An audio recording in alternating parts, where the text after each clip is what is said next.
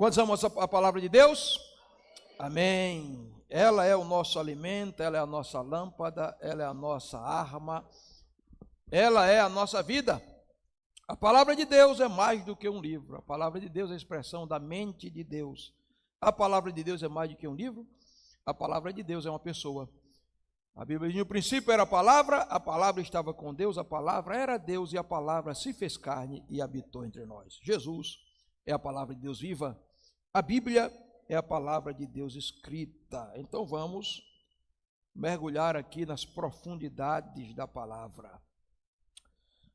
Hoje nós vamos falar, irmãos, você sabe que nós estamos expondo o livro de Mateus, o Evangelho de Mateus, estamos no capítulo 1 aí há uns 4 ou 3 meses, não sei, na genealogia, a árvore genealógica de Cristo, os ancestrais de Cristo, a família de Cristo, a graça de Cristo, quebrando situações complicadas no histórico de pessoas que fazem parte da linhagem do próprio Messias. E hoje nós vamos ver a graça de Deus no livro de Ruth.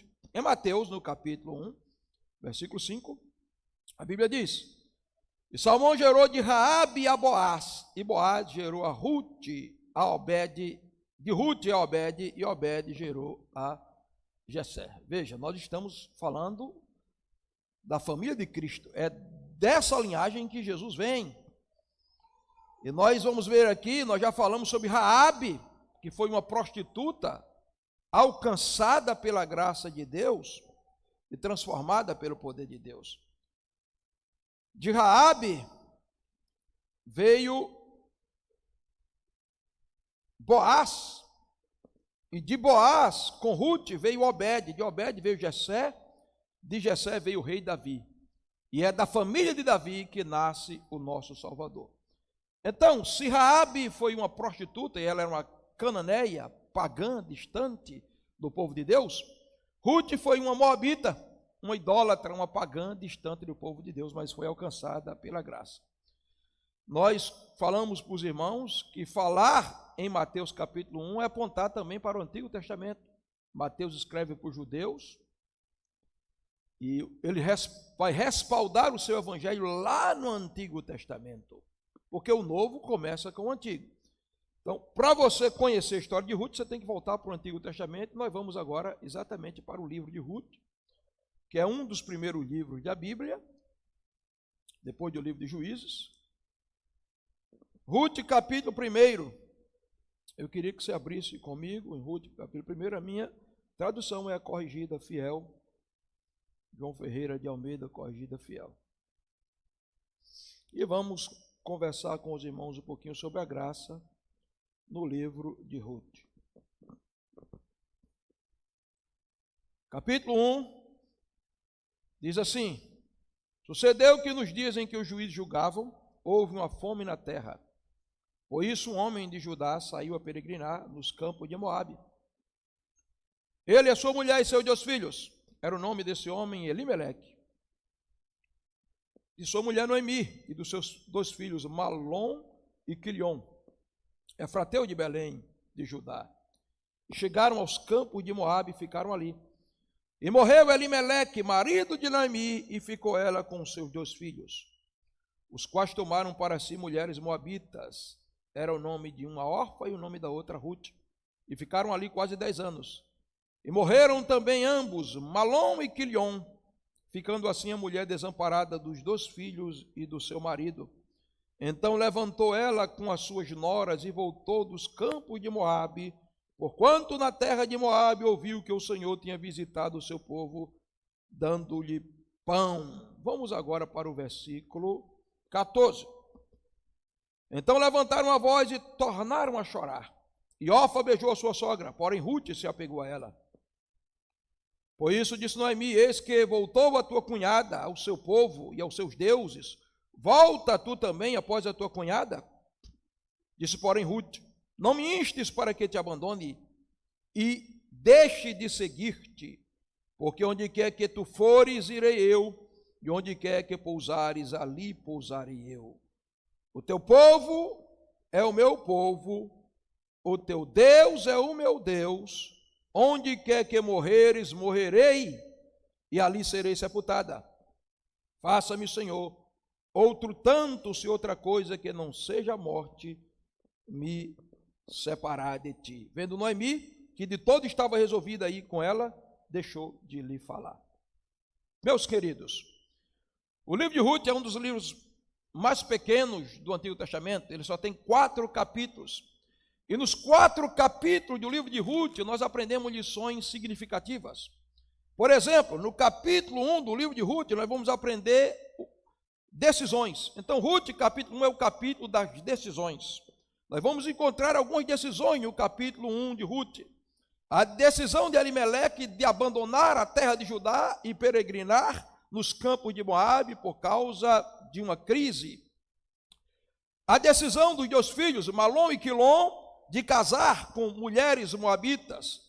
A decisão de Noemi de voltar agora para a terra de Belém de Judá, de onde nunca deveria ter saído. A decisão agora de Noemi de despedir as suas noras. A decisão de Orfa de voltar para Moabe e abandonar a nora. E a decisão de Ruth de continuar fiel à nora. Então, no capítulo 1, Ruth está decidindo, a sogra. Então, no capítulo 1, Ruth está decidindo, é o capítulo das decisões. No capítulo 2, nós vamos encontrar que quando Ruth chega em Belém, ela se dispõe a trabalhar. Então, o capítulo 2 é o capítulo do trabalho. No capítulo 3, Ruth vai esperar o momento certo para ser redimida, para ser restituída de tudo quanto perdeu juntamente com a sua sogra Noemi. E no capítulo 4 nós vamos encontrar a recompensa de Ruth. Então diga comigo, no capítulo 1, Ruth decide. Diga, no capítulo 1, Ruth decide. No capítulo 2, diga, Ruth trabalha.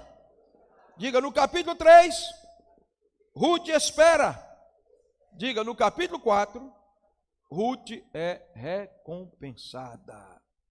Então a recompensa é para quem decide, quem trabalha e quem espera.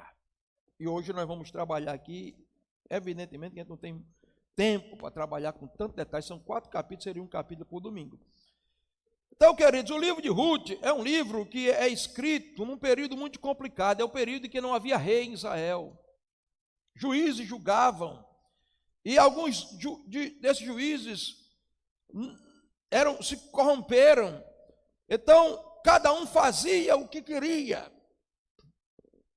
E nesse livro nós vamos encontrar que nesse tempo, 1000 anos antes de Cristo, Deus vai mostrar lampejos da graça dele no Novo Testamento, quando ele vai demonstrar ser um Deus da providência, o Deus que vai prover. Ele vai mostrar também no livro de Ruth que ele é um Deus remidor, resgatador, é o Deus que compra de volta e devolve a herança. E ele vai mostrar também que a graça dele inclui as pessoas, por mais distante que estejam. Ruth era uma pagã, uma gentílica, que é incluída no povo de Deus e entra na família de Cristo. E o livro de Ruth vai mostrar também que Jesus é o verdadeiro filho de Davi e que ele vem de uma linhagem onde há mistura de pessoas que não são da nação de Israel. Então Cristo não é o Cristo somente dos judeus, ele é o Cristo do mundo inteiro. Vamos para o tópico de número 1 e vamos começar a trabalhar aqui as decisões que nós encontramos no capítulo 1 do livro de Ruth. A primeira decisão que nós vamos encontrar, algumas decisões, e vamos encontrar decisões precipitadas que trazem consequências desastrosas. Então a primeira coisa que eu quero falar com você é decisões precipitadas que trazem consequências desastrosas. Qual é a primeira decisão? E essa decisão é uma decisão precipitada.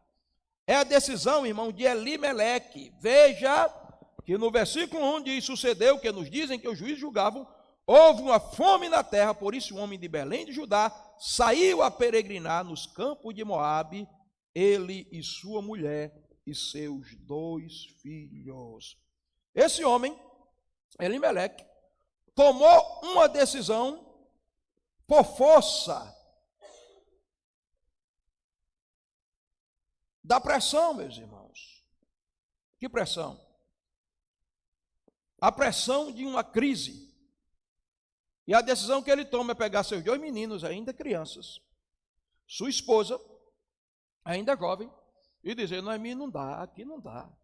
Belém de Judá já foi muito bom, mas essa crise financeira, o meu campo nunca mais teve colheita, eu não tenho como pagar os meus jornaleiros, os meus empregados, a crise está grande em Belém de Judá. Eu preciso sair daqui e o lugar mais propício para irmos é Moabe. Então, em primeiro lugar, ponto de número 1 dessa decisão precipitada, que nós vamos ver que trouxe consequências desastrosas, é que esse indivíduo foi movido pelas circunstâncias, irmãos. A Bíblia diz que ele saiu de Belém de Judá por causa da crise que estava enfrentando. Há pessoas que são movidas não pela fé, elas não são movidas pelo Espírito Santo, elas não são guiadas pela voz de Deus, elas são guiadas pela circunstância. Se o vento soprar favorável, ela está.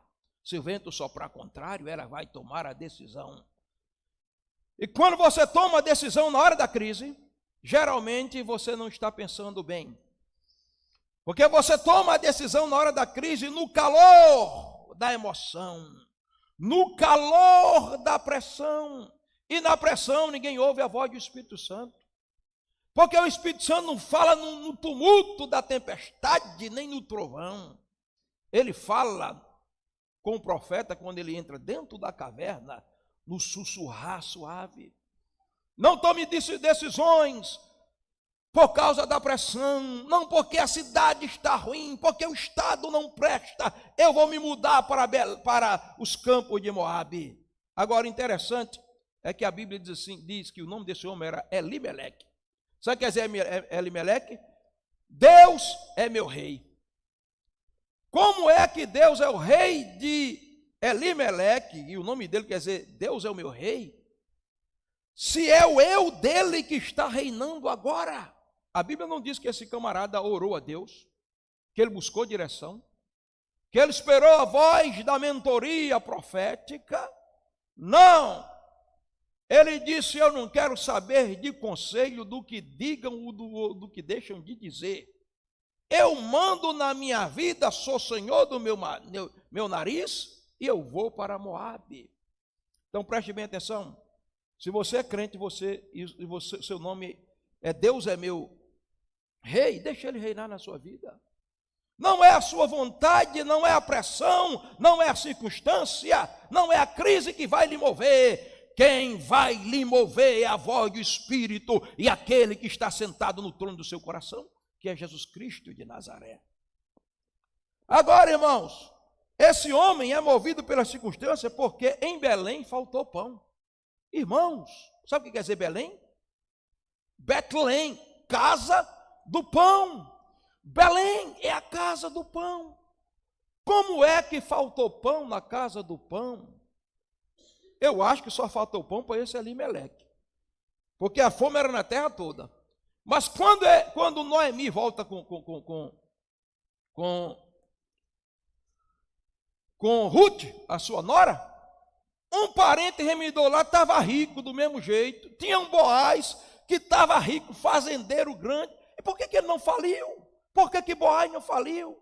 Por que outro parente remidor não faliu? Porque não se acabou todo mundo? Não está dizendo que todos foram embora de Moabe e Belém ficou abandonada. Porque mesmo que a crise tivesse chegado à casa do pão, ainda havia gente que cria no Deus da providência. Deus não é um Deus geográfico, Ele não é Deus somente de Espírito Santo, ou do Japão, ou da França. Deus é o Deus da fé. Deus é o Deus que faz brotar água no deserto, e no deserto ele faz cair pão do céu. Não é sair daqui para acolá que vai garantir a bênção de Deus na sua vida. É a fé, é a confiança, é descansar que o Deus da casa do pão não vai deixar faltar pão se você crê, porque a promessa dele diz que ele é o teu pastor, e se ele é o teu pastor, você não terá falta dele, e não tendo falta dele, não faltará nada. Você pode dizer amém? Irmãos, quem se move pela circunstância, tirou Deus do trono do coração e não confia mais que ele é o Deus da providência. Sabe por quê? Um dia Isaac estava na terra de Gerar. A fome chegou para todo mundo. Aí Isaac disse: eu vou descer para o Egito.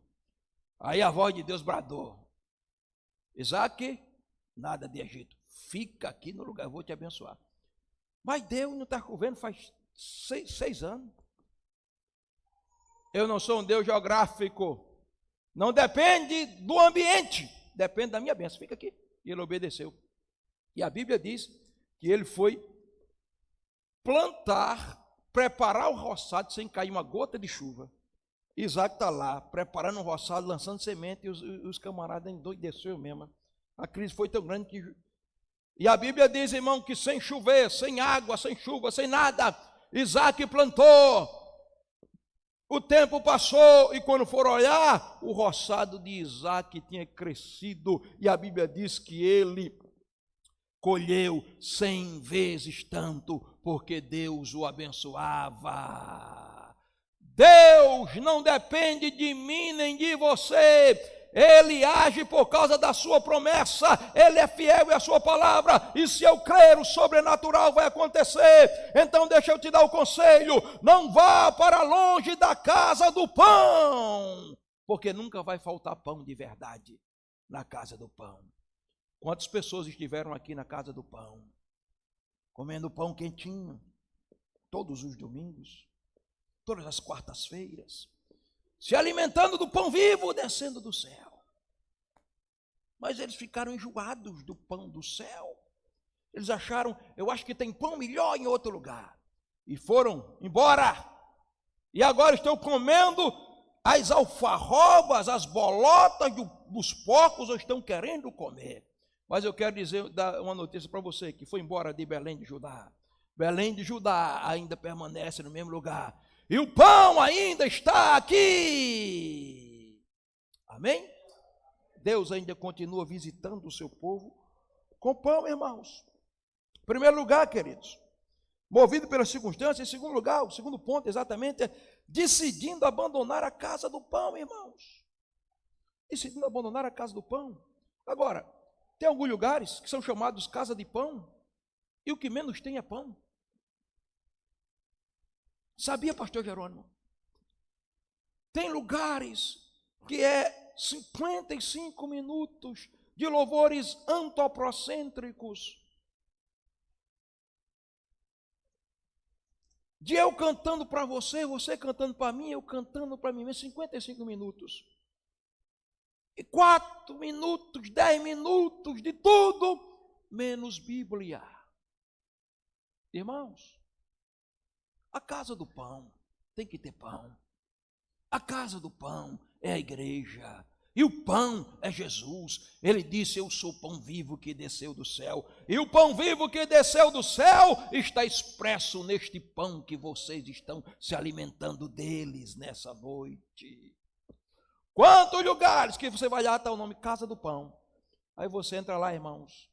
O camarada está falando testemunho, está falando abobrinha, cargas d'água, está enchendo linguiça e não tem exposição bíblica. Não tem pão porque não tem trigo, não se colhe trigo, não se tritura o trigo, não se coloca trigo feito pão na mesa para as pessoas comerem e elas estão morrendo de fome. Então, se esse lugar tem nome de casa de pão e não tem pão, é melhor você sair daí mesmo e procurar uma padaria celestial, uma Belém, onde tem pão vivo do céu.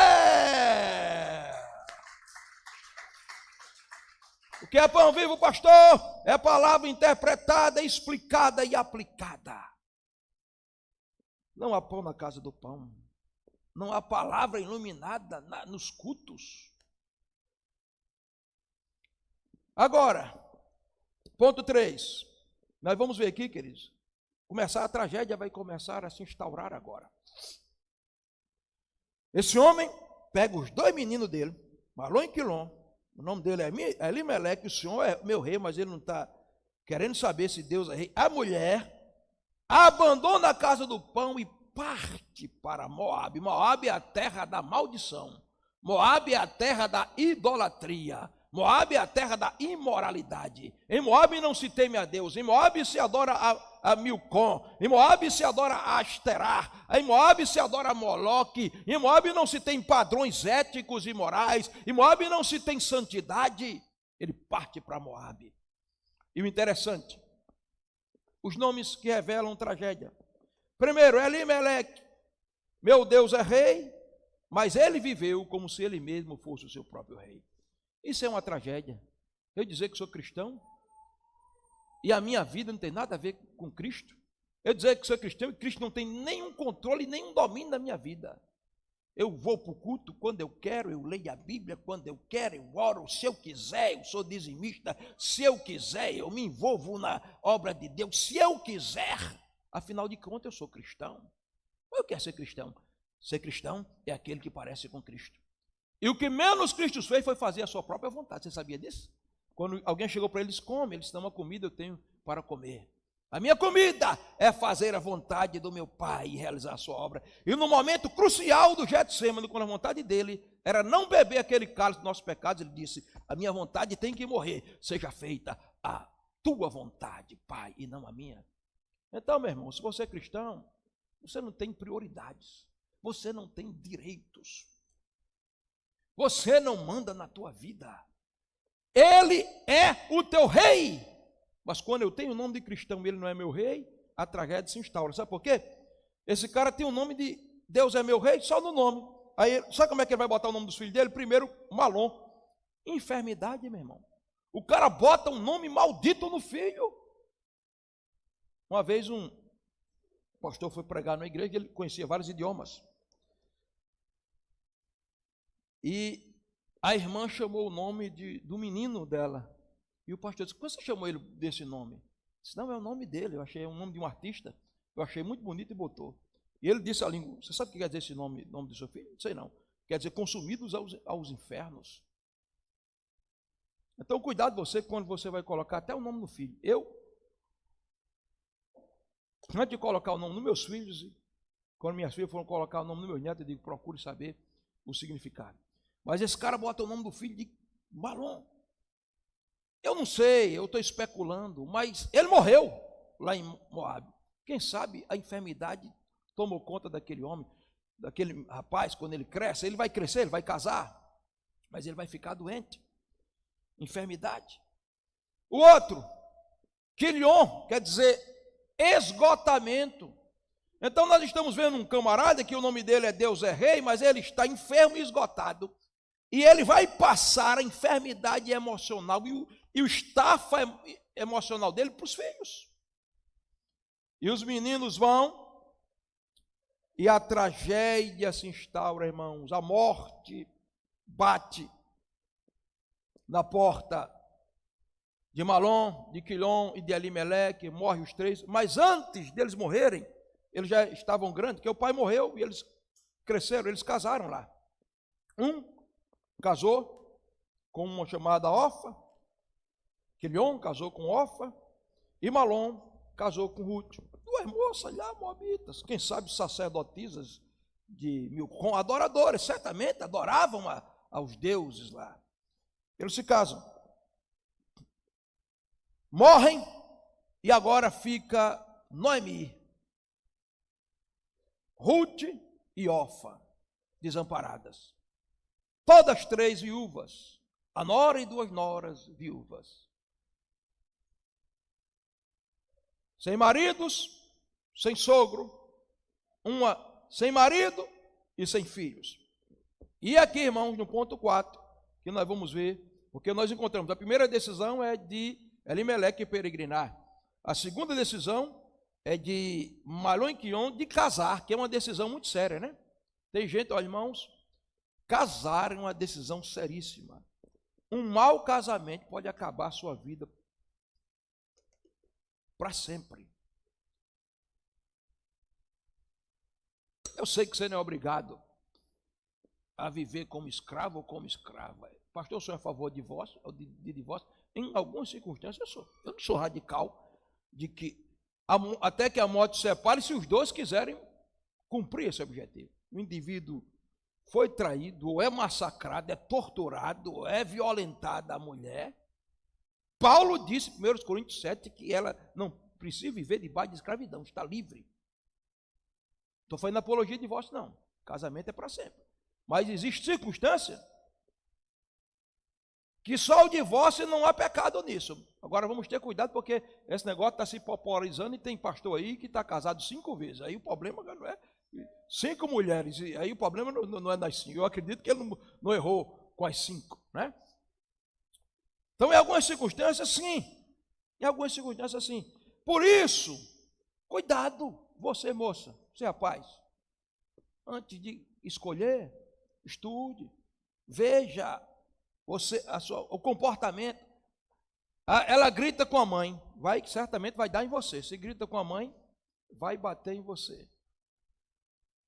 Ela acorda 11 horas da manhã, você vai passar fome ou vai ter que aprender a cozinhar, fazer o almoço e fazer as tarefas da casa.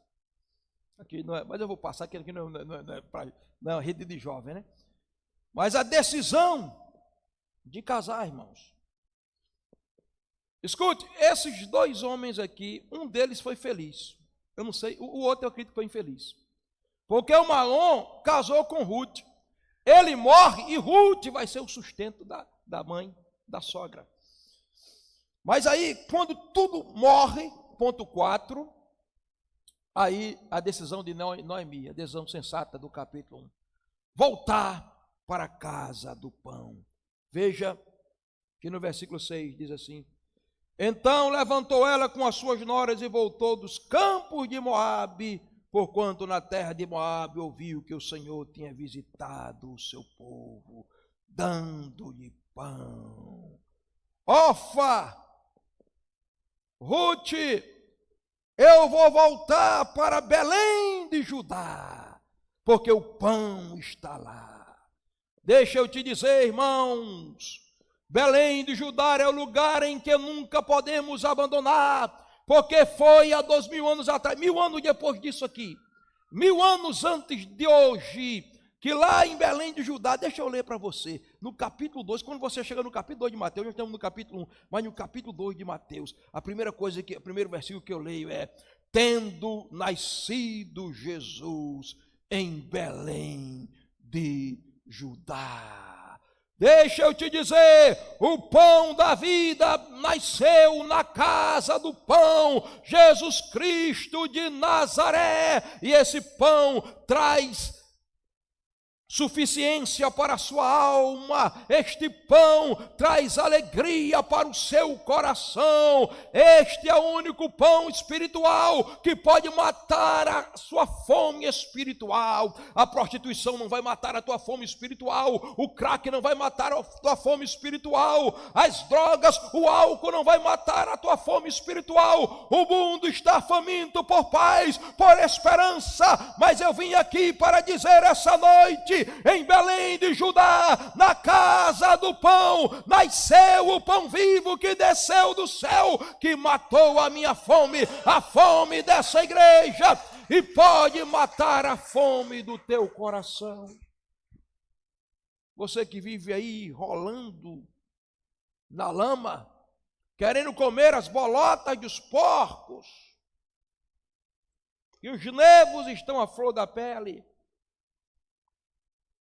você está definhando a cada dia, está faminto? Eu te ofereço hoje o pão da vida. Eu estou pregando sobre ele. Ele nasceu na casa do pão. Então, Noemi decide voltar. E aí, ponto 5, nunca é tarde para recomeçar, irmãos.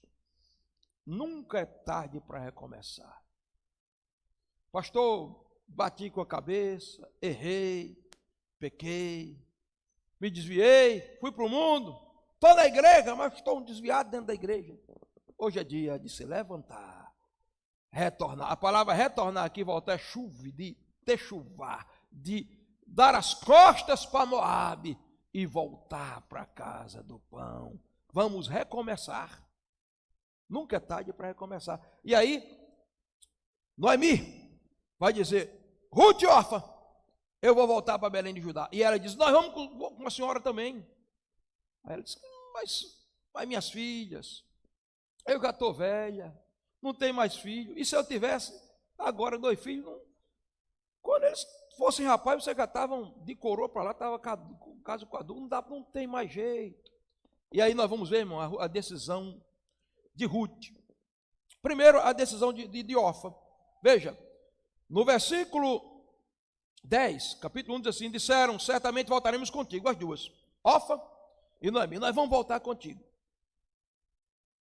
Aí ela, quando ela diz, não dá, vocês, não tem filho para dar a vocês, vão ficar com a velha viúva, desamparada, eu não tenho o que dar para vocês. Aí a Bíblia diz que Orfa levantou a voz e voltou para Moabe. Mas nós vamos ver a decisão de Ruth. Que coisa tremenda. Mas deixa eu ilustrar isso aqui. Letícia, vem cá, Letícia, por favor. Vem cá, eu queria 2 moças, bem ligeirinho aqui, 2 moças para me ajudar aqui com Letícia. Vem Maria Luísa, você aqui, por favor. Só Maria Luísa tá bom? Vem cá, Gorete. Você vai ser Noemi.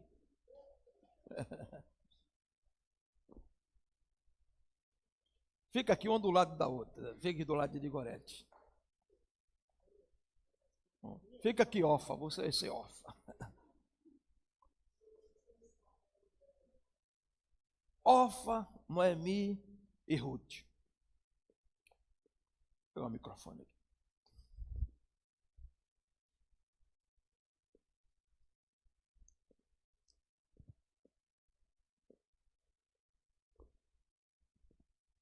Orfa, Noemi e Ruth. Noemi vem andando, Ruth e Orfa vem também. Eu vou voltar para Belém de Judá, porque lá eu vi que Deus visitou o seu povo, dando pão. Aí as duas dizem, vamos dizer alto, com convicção. Vamos soltar com a senhora também. Aí Noemi vai dizer, As minhas filhas, eu não tenho mais filho, não vai dar certo. aí sabe o que a Bíblia diz? Orfa chorou, as duas começaram a chorar. Chora aí, inventa aí. Chora. Aí presta atenção. Orfa chorou e beijou. Dá um beijo aí na pastora. Beijou e disse, Bye, bye. E ela voltou para os campos de Moabe. Sabe por quê? Orfa não sabia o que queria, irmãos. Uma hora eu vou com a senhora. Quando ela mostra as condições, é melhor eu voltar. Mas a Bíblia diz que Ruth, diz aqui, se apegou, se agarra aí com a pastora, se apegou a ela. Sabe o que isso quer dizer? Que Ruth tinha convicção na decisão. Irmão, tem gente que não sabe o que quer. Uma hora está lá em cima, outra é uma verdadeira gangorra. É um pêndulo. Uma hora ele está lá embaixo, outra hora está lá em cima. Irmão, você tem que saber o que você quer. A sua decisão tem que ser convicção. O texto diz que ela se apegou a ela. E aí, Noemi começa a argumentar. Sabe o que é que Ruth diz? Onde quer que você for, eu vou. O teu Deus é o meu Deus. O teu povo é o meu povo. Eu só solto a senhora se eu morrer. Muito obrigado. Primeira coisa, depois eu vou tratar aqui. Pode ir. Primeira coisa, convicção, irmão.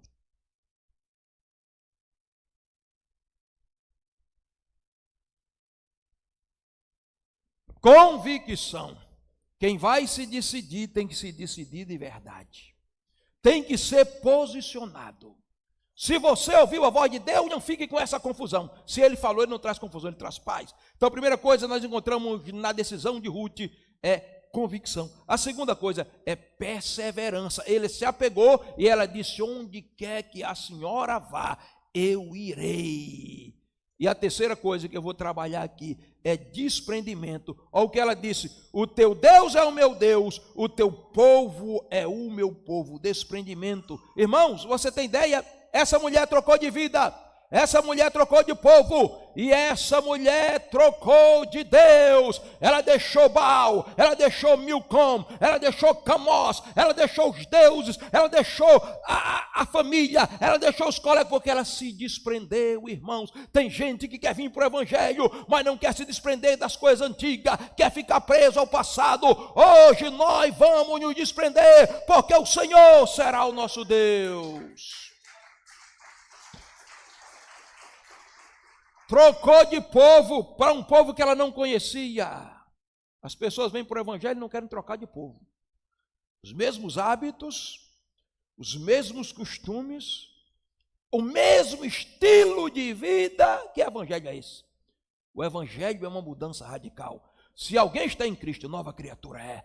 As coisas velhas já passaram e tudo se fez novo. Ela trocou de vida. O meu povo é o teu povo, o meu Deus. Ela trocou, irmãos, ela trocou de Deus. Alguém aqui quer trocar de Deus? Mas tem gente que está trocando de Deus.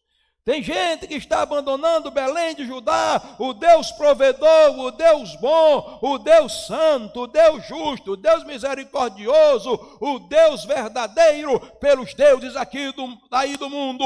Mas eu e você, nós não trocaremos de Deus, porque o nosso Deus é verdadeiro, porque o nosso Deus é fiel, porque o nosso Deus é o único que pode suprir as nossas necessidades, é o único que pode preencher o nosso coração, é o único que ama de verdade. O nosso Deus é o único Deus verdadeiro. Nós não trocaremos de Deus. Aplauda a Jesus. Agora, se você é de Moabe e você experimentou a conversão, você tem que abandonar os deuses de Moabe. Amém?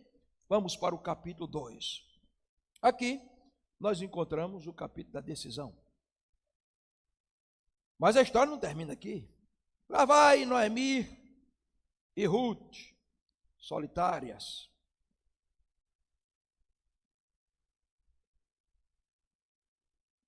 Quando elas vão entrando em Belém de Judá, e ela era muito benquista, Noemi. Aí o povo diz: Noemi, é você de volta, que alegria. E ela diz: não me chamem mais de Noemi. Noemi quer dizer doçura. Me chamem de Mara. Eu sou uma mulher amargurada. Eu perdi marido e 2 filhos. Eu não tenho mais nada. Mas Deus é aquele que é especialista em transformar amarguras em doçuras. Eu não sei se você tem uma tragédia que marcou a sua vida no passado, e você até hoje é amargurado por conta daquilo que marcou você, uma frustração. Eu só sei que hoje Deus está aqui para te dizer que Ele é especialista em transformar amarguras. Porque na amargura de Noemi, ela tinha uma amiga, Ruth quer dizer amiga, que era uma doçura para a sua alma. E agora nós vamos encontrar o capítulo do trabalho, irmãos. Quando eles chegam lá, e Ruth chega para Noemi, no capítulo 2, versículo diz: tinha Noemi um parente do seu marido, homem valente, poderoso da família Elimeleque, era o seu nome Boaz. E Ruth, a moabita, disse a Noemi: deixa-me ir ao campo e apanhar espiga atrás daqueles cujos olhos eu achar graça. E ela disse: vai, minha filha. Ruth não voltou para Belém de Judá para vagabundar. Ruth não voltou para Belém de Judá para turistar. A sogra era velha, mas ela era nova. E ela sabia que a sogra não podia trabalhar, e ela foi trabalhar no lugar da sogra. Porque mesmo sendo de Moabe, ela tem aprendido bons costumes lá. Nem todo no mundo é mal, a maioria é mal, mas tem coisas ainda no mundo que é boas. Por isso que a Bíblia, a teologia fala da graça, a graça comum. Tem homens que Deus dá habilidades a eles, são médicos excelentes, não são crentes, mas são pessoas educadas.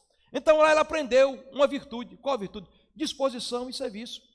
É por isso que ela casou e ela vai casar de novo. Porque tem gente que só fala em casar, meu irmão. O negócio dele é casar, mas não fala em trabalho perto dele, não. Ele quer casar, mas não quer trabalhar. Pois saiba de uma coisa, quer casar, primeiro tem que trabalhar. Porque antes de Deus dar uma esposa a Adão, Deus botou ele para cultivar o jardim. Primeiro, no capítulo 1, ele cultiva o jardim. Eu quero casar, mas não quero trabalhar, vai passar fome os dias dentro de casa. E aqui nós vamos aprender algumas coisas com Ruth. Primeiro, ponto número 1, trabalhe com disposição. Veja o que ela disse: deixa-me ir. Ela insistiu, porque ela tinha disposição. Existe uma doença da nossa geração que é terrível. E se você não tratar ela, ela começa a aparecer às vezes na pré-adolescência, adolescência. Se não tratar ela logo, ela se torna crônica e é difícil de se curar. Só um milagre. É chamada preguicite aguda múltipla.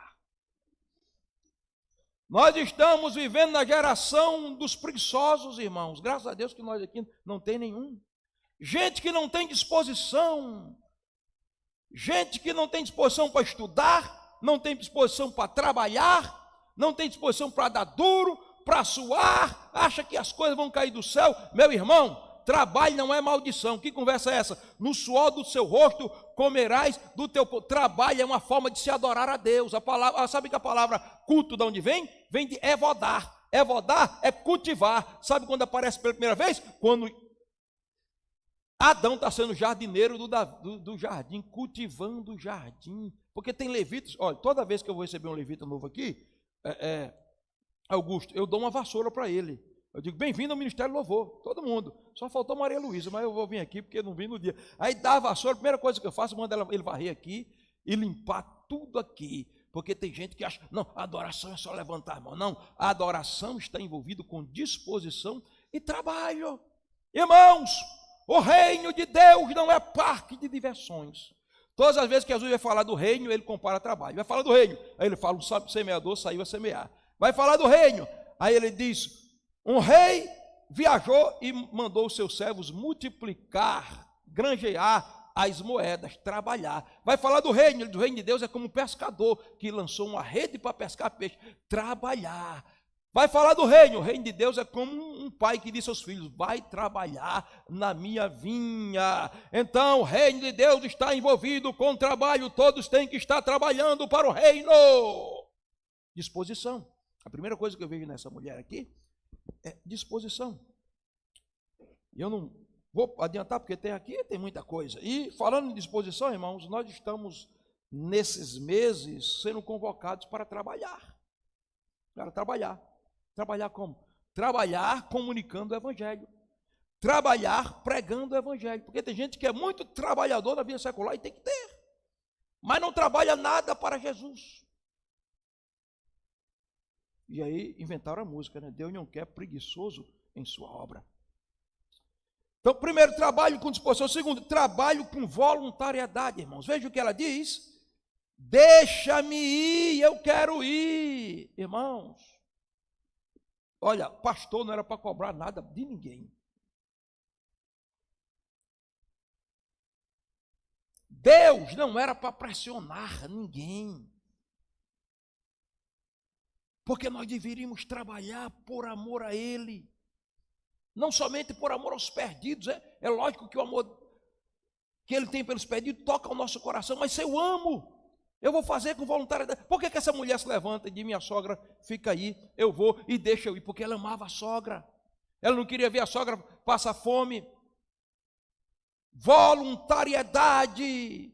Mas tem gente que não é voluntária e deixa eu dizer uma coisa, essa história de voluntário para o reino de Deus é uma coisa que não existe. Todos nós devemos estar imbuídos. Agora, ninguém devia trabalhar debaixo de pressão, não se pedia, porque tem que partir do meu e do seu coração por amor a Ele. Ruth aqui vai com voluntariedade, mas tem gente que não trabalha nem debaixo de pressão, nem se descontar o salário. Ele trabalha, mas ela trabalha aqui de maneira voluntária. Terceiro, trabalha com humildade, irmãos. Veja o que diz. Deixa-me ao campo e apanharei espigas atrás daqueles cujos olhos eu achar graça. E ela foi para o campo e ela ia atrás, e apanhando o resto para os pobres, os rabiscos que caíam, ela ia apanhando, sem nenhum problema, sem problema nenhum, irmãos. Porque tem gente que acha que não, eu só quero trabalhar se estiver no alto escalão da empresa. Porque, irmão, todo trabalho é digno. Esse pastor aqui, hoje eu sou pastor dessa igreja, pastor presidente, pastor sênior, estou pregando aqui todo domingo. Mas quando essa igreja começou, eu era o faxineiro dessa igreja, sem nenhum me achar, porque qual é o problema? Todo trabalho é digno, está fazendo para glorificar a Deus. Então, humildade. Tem gente que não pode, não é nada na vida, e se tiver uma oportunidadezinha, já fica peito estufado, já eu sei mais do que todo mundo, porque eu fiz o curso de teologia agora, e eu sou, meu irmão. Deus exalta, não é aqueles que são humilhados, não é aqueles que se humilham a si mesmo. Então essa mulher vai trabalhar aqui com humildade. Em quarto lugar, que a gente não tem tempo mais, ela vai trabalhar incansavelmente, irmãos. Veja aqui, ó, capítulo 2, verso 7. Olha o que diz, capítulo 2, verso 7. 2:7. Disse-me ela: deixa-me colher espigas e ajuntá-las entre as gavelas após os segadores. Assim ela veio desde a manhã, está aqui até agora, somente um pouco esteve em casa sentada. Ela se sentou um pouco em casa, mas tem gente que não sai de casa, é sentado o dia todo, ou deitado na rede. Você é como um irmão, que o pastor chegava na casa dele, lá todo dia ele estava deitado na rede com violão e cantando: eu quero trabalhar para meu Senhor, levando a palavra de amor, quero eu cantar e orar, e ocupado quero estar assim na vinda, o dia todinho deitado na rede cantando com essa cantiga. A Bíblia diz que essa mulher estava no campo incansavelmente. Será que nós já gastamos uma gota de suor pelo reino de Deus? Estamos trabalhando para promover o evangelho? Preste atenção, a salvação dessa cidade, a transformação dessa cidade, a prosperidade dessa cidade, o progresso dessa cidade não está nas mãos do prefeito dessa cidade, da administração pública. Ele pode fazer alguma coisa, mas não fará o que eu e você podemos fazer. Nós podemos transformar essa cidade pelo poder da palavra de Deus. Se essa cidade se converter, não haverá mais droga, não haverá mais crime, não haverá mais prostituição, não haverá mais miséria, não haverá mais pobreza. Deus virá e habitará nessa cidade, e depende do meu e do seu trabalho. Agora, em quinto lugar, irmãos, essa mulher trabalhou com visão. Veja o que diz o versículo 9. Quando Boaz, que vai casar com ela e resgatar, vê o trabalho, diz assim: os teus olhos estejam atentos no campo, que cegarem, e irás atrás deles. E ele disse a elas: não molestem essa mulher, deixem ela trabalhar, porque os olhos dela estavam no campo. Onde é que estão os meus olhos? Onde estão os meus olhos e os seus olhos? Ah, pastor, os meus olhos estão nas minhas riquezas, os meus olhos estão nos meus sonhos. Eu estou sonhando em ser o maior empresário dessa cidade. Que Deus te abençoe, que tu seja um grande dizimista para ajudar a obra de Deus aqui. Mas os olhos dessa mulher estavam no campo. Isso aqui é lição espiritual. Um dia chegou um grupo de discípulos de uma cidade samaritana que estava preocupado só com a barriga deles. Chegou com a comida. Jesus, uma comida daqui, trouxemos comida para ti. Jesus já tinha passado mais de uma hora conversando com a samaritana, já tinha perdido a sede física e já tinha perdido a fome física. A fome que estava dominando o coração dele era a fome da salvação. E ele olhou assim, olhou para os discípulos: rapaz, que comida, falar em comida nessa hora, falar em salário numa hora dessa, em riqueza. Levantem os vossos olhos e vejam os campos que já estão brancos para a ceifa. E quando eles olharam, levantaram os olhos, os samaritanos sempre vestiam branco. Eles viram aquela multidão de samaritanos, uma cidade inteira que estava saindo, acompanhando aquela mulher. E Jesus disse: aí estão os meus olhos, é aí que tem que estar os olhos da igreja. Irmãos, a seara é grande, mas os trabalhadores são poucos. Essa cidade não pode se perder por falta de trabalhadores. Levante, Senhor, os trabalhadores para a sua seara. Deus vai ungir os nossos olhos.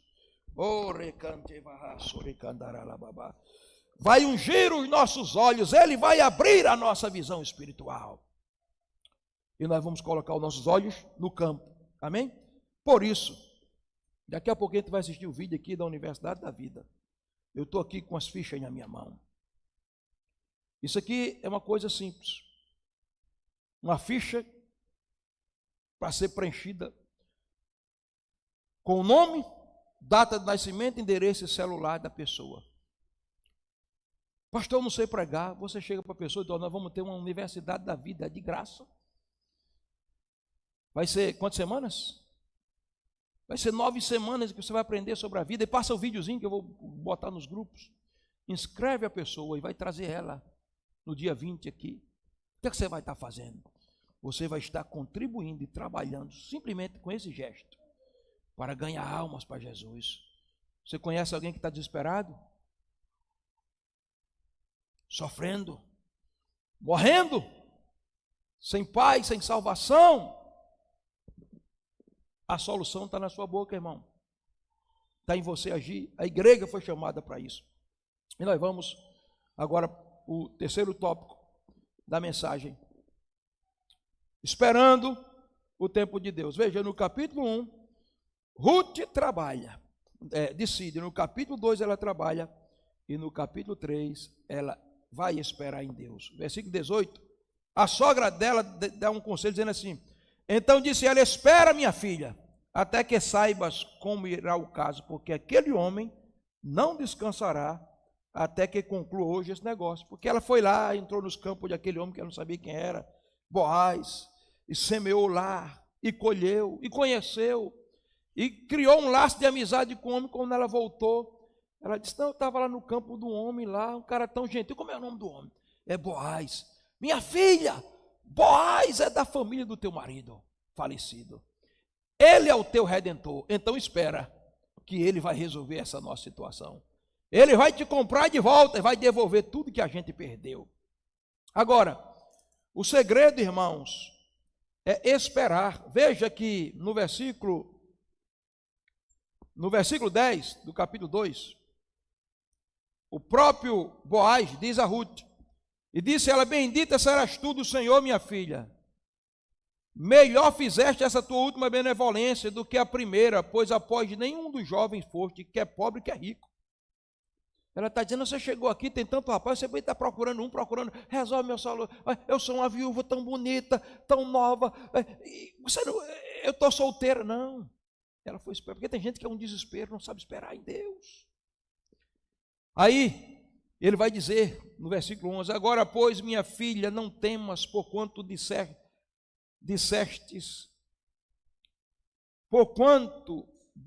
te farei, pois toda a cidade do meu povo sabe que és mulher virtuosa. Todo mundo conhecia a fama dela, era uma moça trabalhadora, uma moça que não abandonou a sogra, era uma moça que abandonou os deuses de Moabe para ficar com a sogra. E como é que ela vai esperar, hein? No versículo 3, nós vamos encontrar como esperar. Em primeiro lugar, vamos lá, ponto de número 1, espere santificado. Verso 3, nós me diz, olha, você vai se encontrar com um homem, e a primeira coisa que você faça é lava-te, tome um banho. Você trabalhou o dia todinho, vai conversar com ele, tome um banho, lava-te. Nesse texto aqui,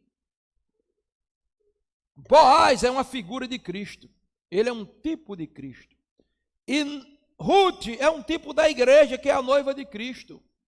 Ruth ia esperar o resgate final, o casamento. Você é noiva, Cristo é o noivo. E nós estamos em aliança, noivo, vamos se casar.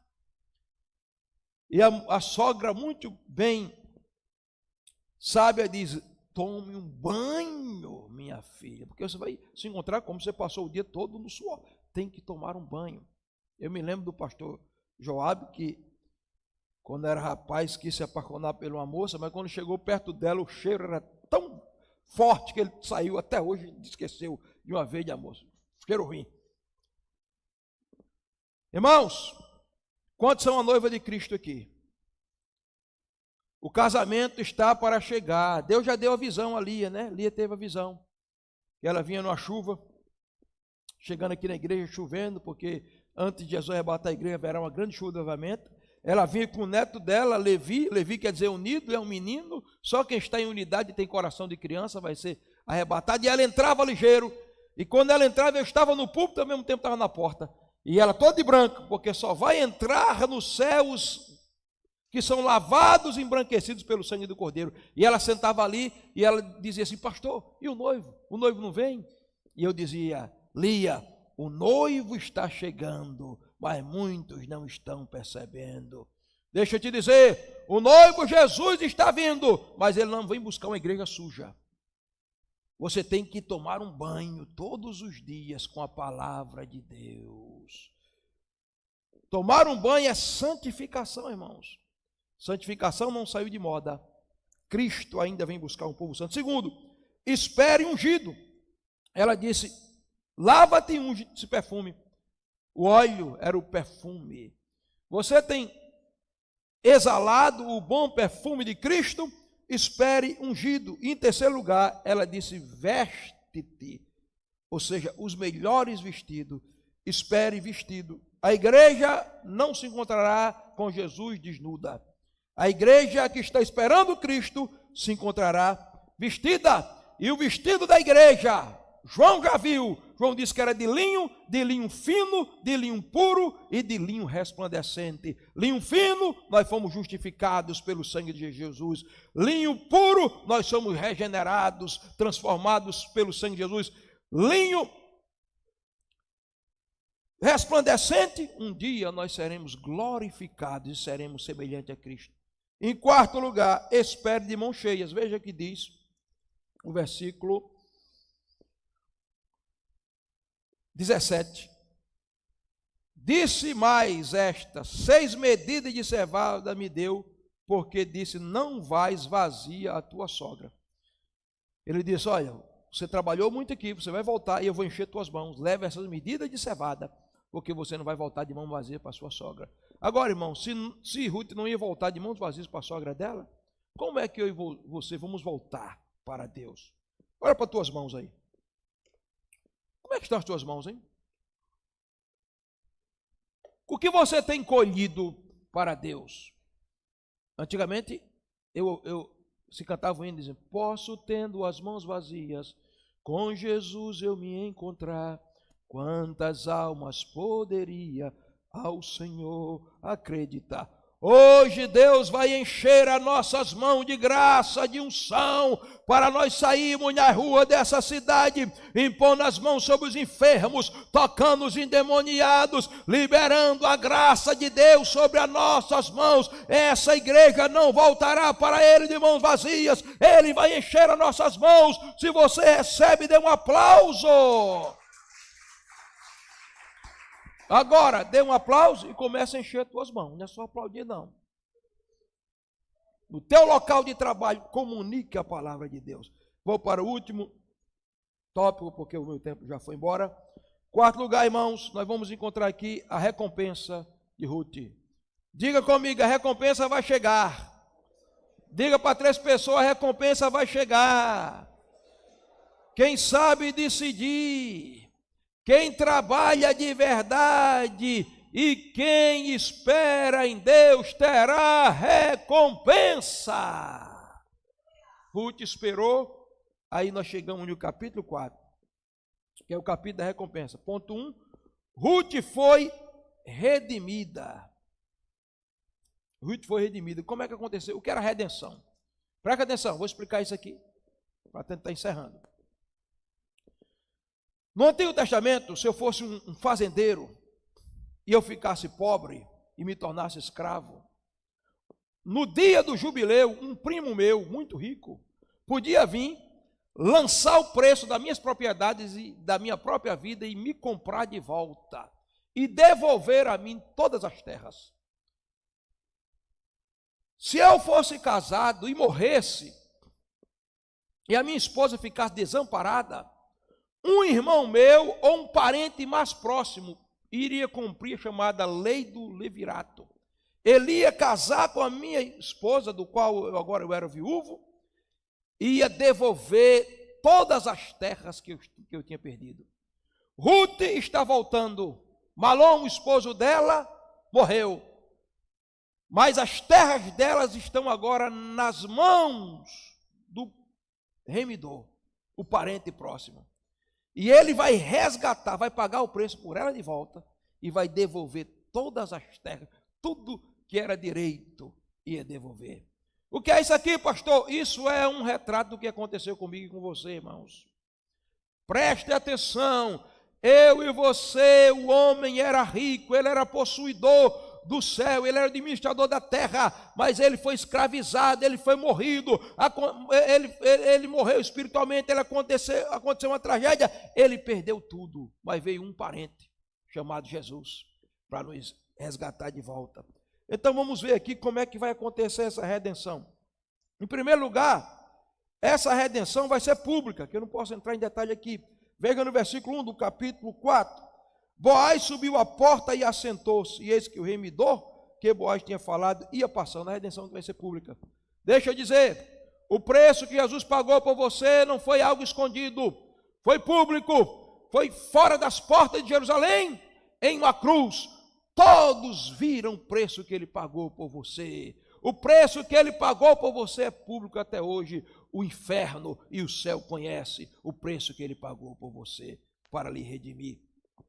Outra coisa que aconteceu aqui, na redenção, é que havia um camarada aqui que podia até comprar, mas ele não comprou, porque ele não queria comprometer ele próprio. Ele disse, eu não vou poder comprar. Então deixa eu te dizer, sacrifício de bode, sacrifício de carneiro do Antigo Testamento, todos aqueles cerimoniais, nem Abraão, o pai da fé, nem Moisés, o grande legislador, nem Davi, o grande salmista, poderiam comprar você.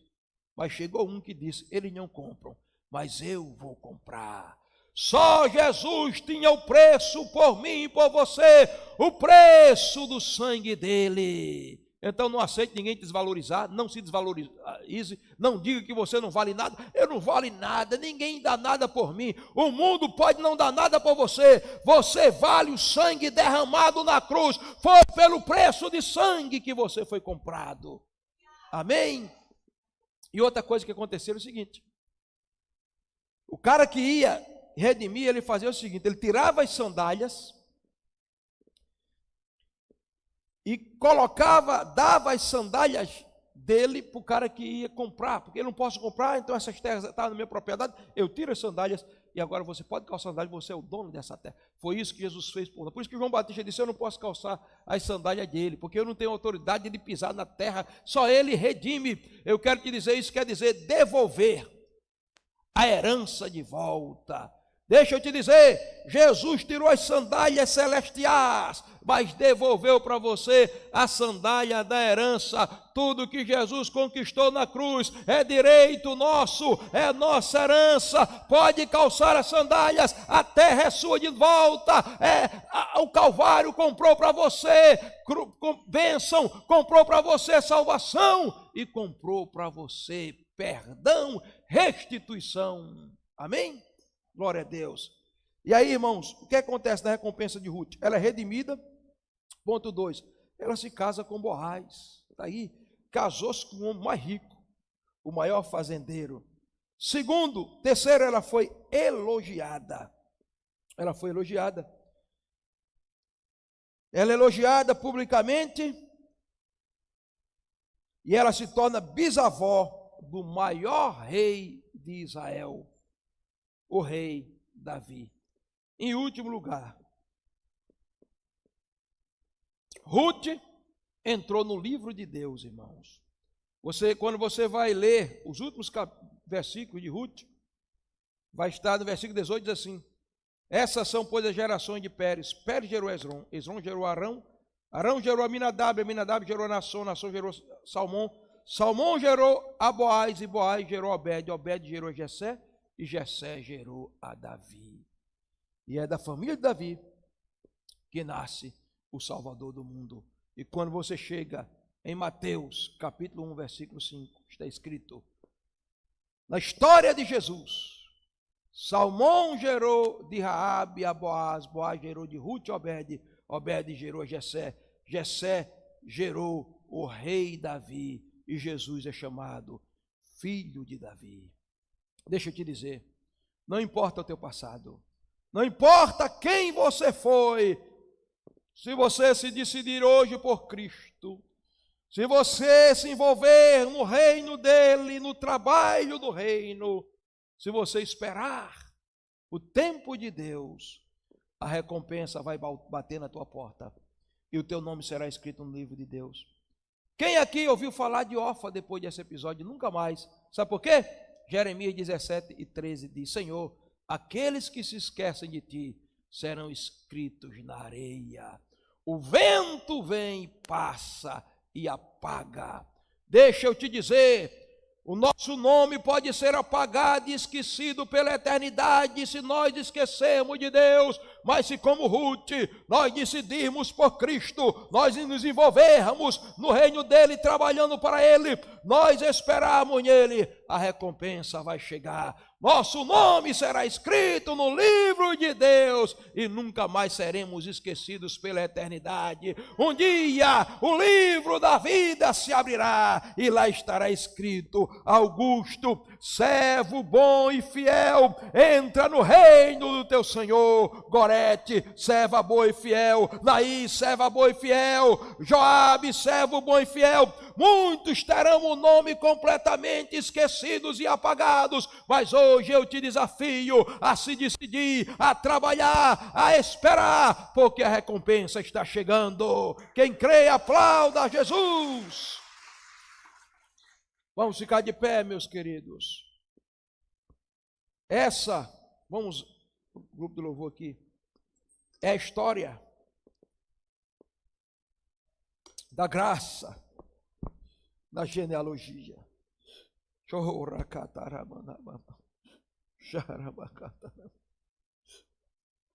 Essa é a história da graça na genealogia de Jesus, no livro de Ruth. Fecha os teus olhos. Pai, nós pregamos a tua palavra, sendo fiéis àquilo que o Senhor nos entregou e ao texto sagrado.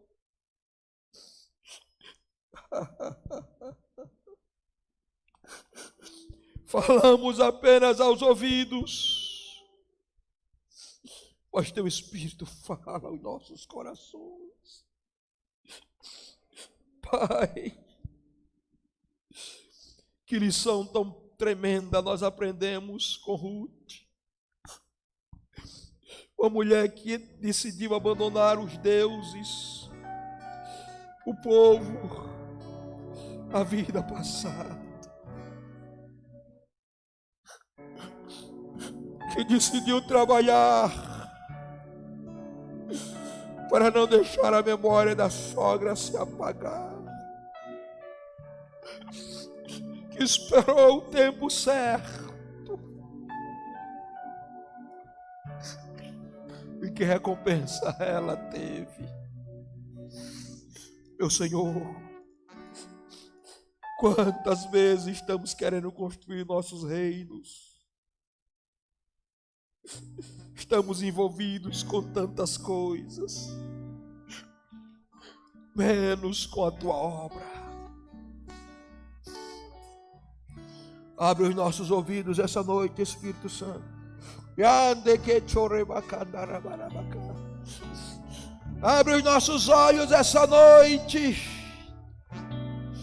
Domina-nos com a tua graça, para que, como Ruth, nós possamos entrar no teu livro, no teu memorial, meu Senhor, e entender que tu conta conosco nessa batalha da hora final. Tu conta conosco para sermos combatentes do pecado, do tentador e do mal. Eu quero orar por cada pessoa que aqui está, que entrou aqui essa noite. Espírito Santo, toque cada um, fale com cada um, libere vida sobre cada um.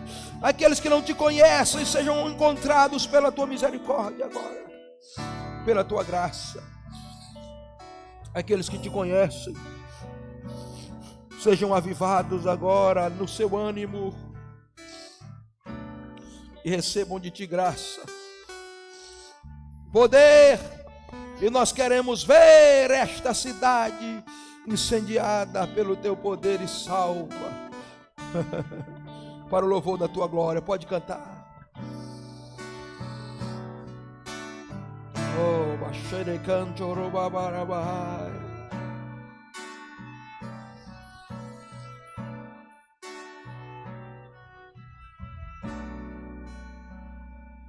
Em pedaços minha alma está, mas por sua graça refeito sou, sem nada em troca, fui resgatado. Espírito de Deus, me libertou, o teu sangue nos alcançou, a tua graça nos tocou. Carabacatarabaraba.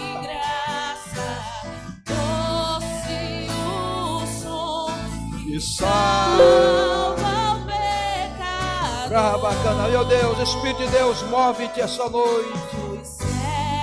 Convicção de pecado, domina-nos, toca-nos, toca-nos com teu poder.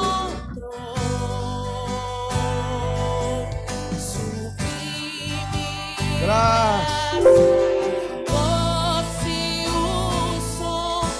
Salva o pecador. Recebe agora nosso bem bendito e me encontrou. Agora eu posso ver.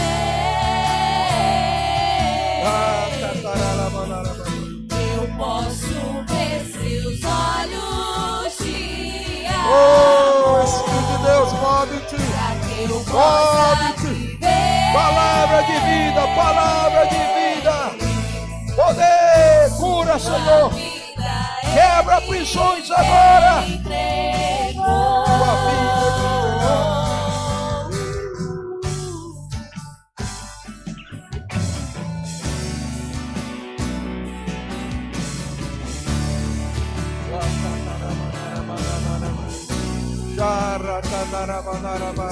com falhas e com fraquezas, o teu tesouro em mim está.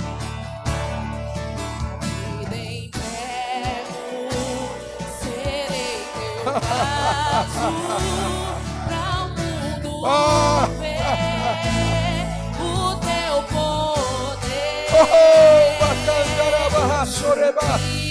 Poder de Deus liberado desse lugar. Salva o pecador, salva o pecador.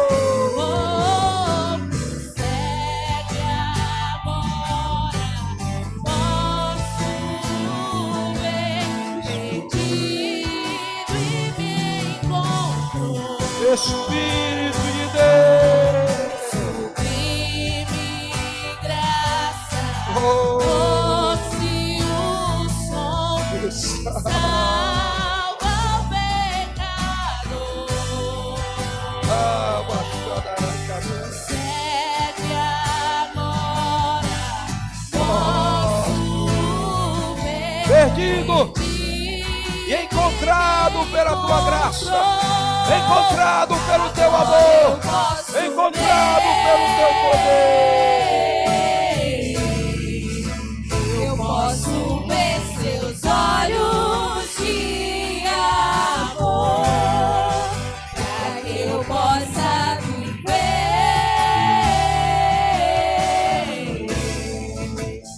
sua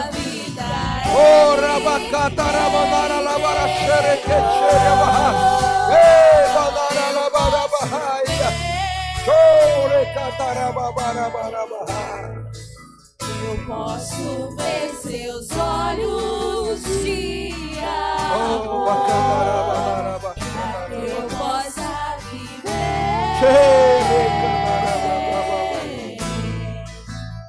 sua vida. Ele entregou. Coloca a mão no seu coração. Ora comigo aí, gesto do microfone. Vocês digam todos comigo: Pai Celestial. Pai Celestial, Eu ouvi a tua palavra. eu ouvi a tua palavra. Ela é a verdade. É a verdade. Eu ouvi de uma decisão Eu ouvi a tua decisão de abandonar uma velha vida e abandonar a velha vida e de abraçar o Deus verdadeiro. e abraçar o Deus verdadeiro. De uma decisão E uma decisão de se envolver com a tua de se obra, envolver com a tua obra. de esperar em ti E esperar em ti e ser recompensado. e ser recompensado. Nessa hora eu me decido Nessa hora eu me decido viver para ti, viver para ti, entregar o meu coração a ti, entregar meu coração a ti, estar envolvido com o teu reino estar envolvido com o teu e reino, esperar esperar que a tua que a graça tua graça me envolva, me envolva, porque a recompensa porque a recompensa é que o meu nome será escrito escrito no teu livro, Senhor. no teu livro, Senhor. Por isso eu abro o meu coração Por isso eu abro meu e coração convido Jesus e convido Jesus a entrar na minha a vida, entrar na minha vida me perdoar e perdoar e escrever o meu e nome escrever o meu nome no seu livro no santo. seu livro santo. Eu decido viver para Deus. viver para Deus. Eu oro, Pai. Eu oro, Pai, Em nome de Jesus. em nome de Jesus. Amém. Enquanto a igreja continua orando, eu vou perguntar se você fez essa oração pela primeira vez e você entende que você precisa tomar uma decisão hoje de entregar-se completamente a Cristo. Levante a sua mão se você é a pessoa que quer hoje fazer a sua decisão. Eu sei que Deus está falando ao teu coração. Amém. Por favor, traga essa, vai lá, Bia, traga essas duas pessoas aqui. Vamos aplaudir a Deus. Uma festa. Oh, por favor, alguém acompanha essas pessoas aí. Pastor. Vem cá também, acompanha aqui agora. Vem.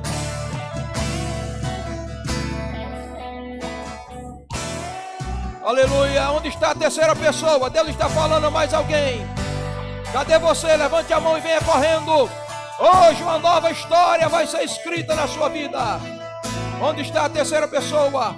Se é você faz só assim com a mão e Deus vai tocar o teu coração. E o milagre da salvação vai alcançar você. Tem mais alguém? Eu não quero pressionar você. Eu sei que Deus está falando no teu coração. Se é você, amém. Venham aqui vocês dois. Pode vir aqui, pastora. Como é teu nome, querido? Jefferson. Se você? Rayane. Deus abençoe. Vamos orar por eles. Pai, obrigado pela vida de Jefferson e de Rayane, pela decisão que eles tomaram hoje. O Senhor está escrevendo uma nova história, Pai. Tua graça os envolva, o teu poder os envolva. Obrigado, Pai. A festa no céu, e nós nos alegramos também. Louvado seja o teu nome pela vida deles. Virem aí para a igreja, vocês dois. Abra os braços, igreja. O que é que a gente vai dizer? Sejam bem-vindos em nome de Jesus. A família de Deus, né? Vamos dizer. Sejam bem-vindos à família de Deus. Forte aplauso. Meus parabéns.